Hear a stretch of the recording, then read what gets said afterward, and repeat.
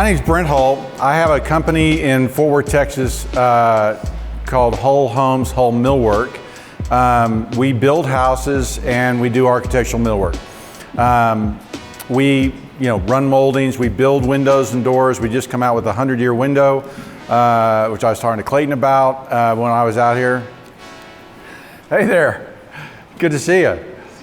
Thanks for coming. So anyway, what I want, so we're a millwork company, and that, so there's the cards on the table. We do millwork, and we would love to do your millwork.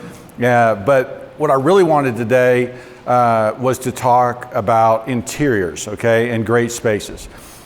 I believe that interior designers are kind of in a unique space, okay?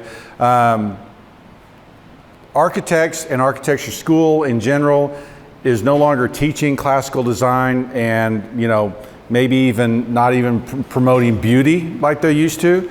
And I believe over the last 50, 60 years, this is the Brent Hull theory, that over the last, I don't know, since Edith Wharton wrote her book, what was that, early 1900s, probably by maybe after World War II, the rise of the interior designer as a major influencer on jobs has taken place. And I'm always surprised on the projects that we work on all over the country, how the main leader of design is oftentimes not the architect, but the interior designer. Yet, interior designers are not, interior designers are not necessarily trained in interiors. And so you guys are uniquely positioned to make things beautiful. And you do, with color and fabrics and furniture and art and all the different things that you do that you put into a space that make it amazing. But I see, and the point of this kind of talk is to share some highlights and some ideas. For instance, the moldings around these doors, right? That is a very classical way of treating a door. Okay, you've got cross-headed corners, you have a frieze, you have a cornice, all happening right there. That is a beautiful way to highlight a door. Now, there's subtleties there, right? Where does the dentil go? The pulvinated frieze, why did they cut those angles there, right? There's historic precedent to all of this that we learn, we appreciate, we recognize, and then when it's not done well, we're like, what?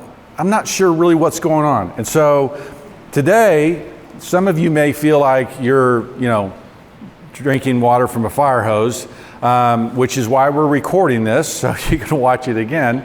But I'm trying to make this really practical, okay? I'm going to share a bunch of information, a bunch of history, and then try to get into some actual nuts and bolts of, how do you put moldings in a room and what size they should be. And so if you want to understand other things, just raise your hand and we'll talk about stuff, but that's kind of what we're going to try to do today. So, all right, so we're going to be learning from the past too. That's really a kind of a big piece. Thomas Jane, you guys know Thomas Jane. He was associated with the Winter Tour. He wrote this book, The Finest Rooms, right? We've got Mount Vernon right there, and what's going on there. Sleepers' houses. This is a New York apartment. Like, why are these great spaces? Like, what makes them awesome? Okay, is it is it the furniture? Is it the antiques? Is it the scale? What's going on? Why do we love these spaces? Why in his book he's got the plaster ceiling falling down? Why is that a great space, right?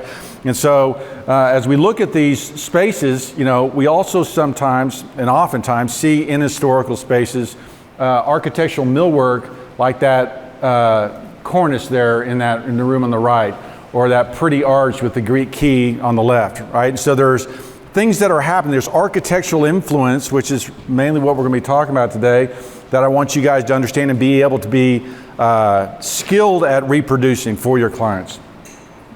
This is the Miles Bruton house. This is in South Carolina, in Charleston. It's an amazing house, okay? It's probably, I think, one of the finest houses built in America in the 1760s. The level of craftsmanship is just, off the charts, and It's just an amazing space.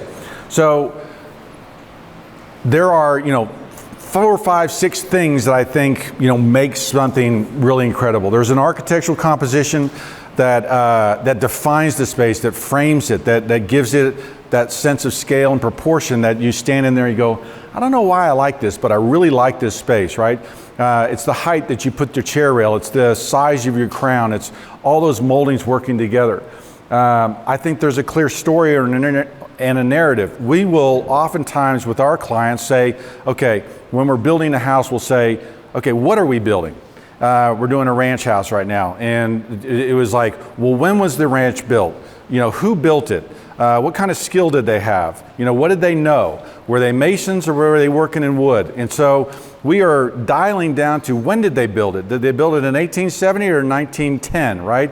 And so all those things will determine hardware, they'll determine moldings, they'll determine all these different things. So creating a narrative is very important. There's an understanding of the classical language, and I'm going to talk about terms and phrases today, but my journey on understanding classicism, took 10 years. And when I wrote the book, I think there's some here, Traditional American Rooms, on the rooms at Winter Tour. Anybody been to Winter Tour? Oh my gosh. No one here has been to Winter Tour. So Winter Tour is the DuPont family home, okay? In 1920, he started collecting American antiques. He began collecting rooms, okay? So he'd find a, Philadelphia highboy. He'd find out about a parlor from Philadelphia that was being torn down. He would buy the parlor and then he installed it in his house, okay? And his house kept growing and growing and growing as he continued to collect rooms. There's 175 historic rooms at Winter Tour from all over the country, from New Hampshire down to Georgia and everything in between. All this incredible cross-section of American architectural interiors from 1640 to 1860. 175 rooms. So it's an amazing place. And I can't believe no one's been here. I'm so discouraged. And so when I wrote that book on those rooms, I walked into those rooms and I say, what is going on here? Why are these moldings this way? And then they go to this room and they're so different here. What's going on?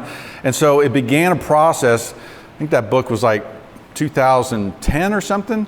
And so it takes a long time. So again, that drinking water from the fire hose here, I understand that some of this will be, what? So, but we'll have fun. And then scale and proportion of details, we'll talk about that too. Okay, architectural composition. Okay, this is that Miles Bruton room.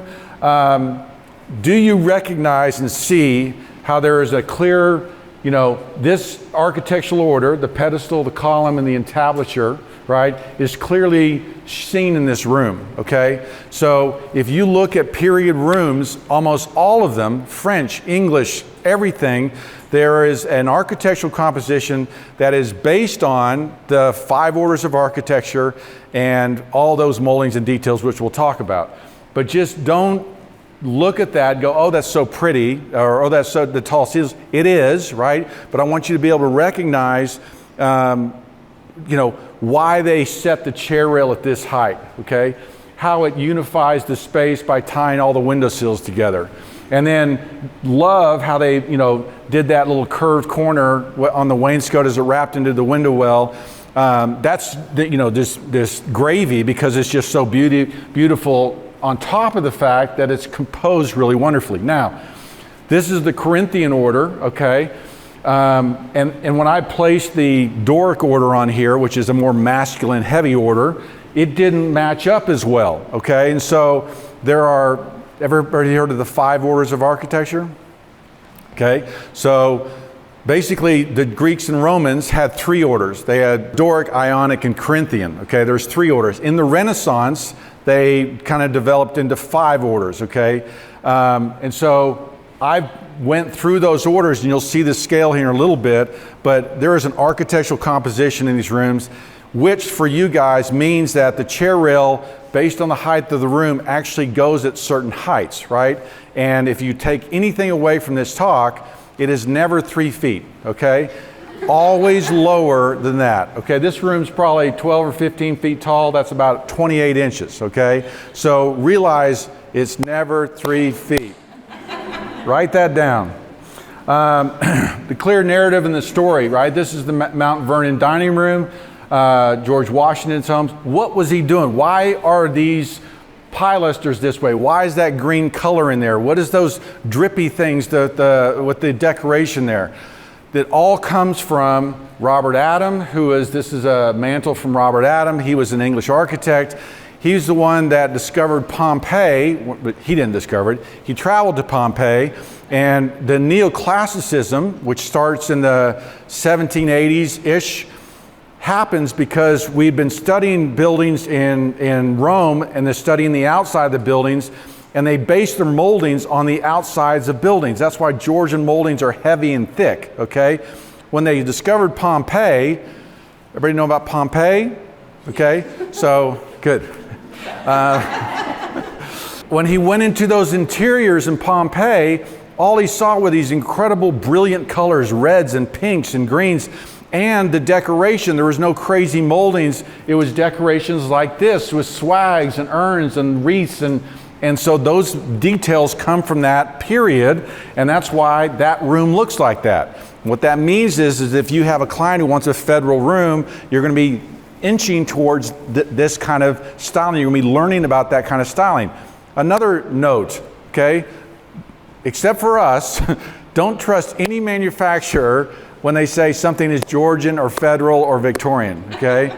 I'm telling you, 99 times out of 100, it's wrong, okay? And I can't tell you, especially when we get into decoration and moldings and classical things like that, don't trust them. Do your own research, become the expert. And then we've got this lost art of classicism. We've forgotten how to build things classically. This all happens after World War II. It happens with the rise of modernism. There is a rejection of the classical rules.